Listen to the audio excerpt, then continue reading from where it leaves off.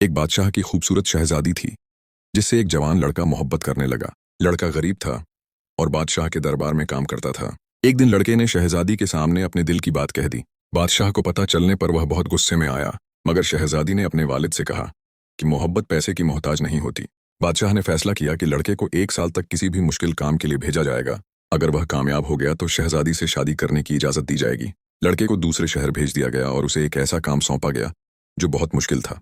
उसे 100 भैंसें दी गईं जिनकी शक्ल सूरत एक जैसी थी।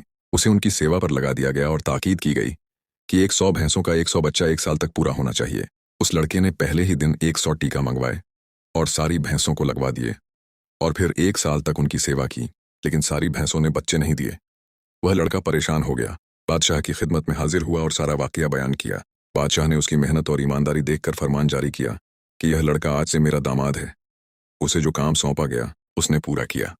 भले सारी भैंसों ने बच्चे नहीं दिए, लेकिन उसने अपना काम ईमानदारी से किया। बच्चे का न होना कुदरत की मर्जी थी, इसीलिए मैं अपनी बेटी की शादी इससे करने वाला हूँ। दोस्तों, अपने काम में ईमानदारी दिखाओ। काम पूरा हो या ना हो, आपको ईमानदारी का पलता जरूर मिलेगा। जैसे वह गरीब लड़का बादशाह का दामाद बना।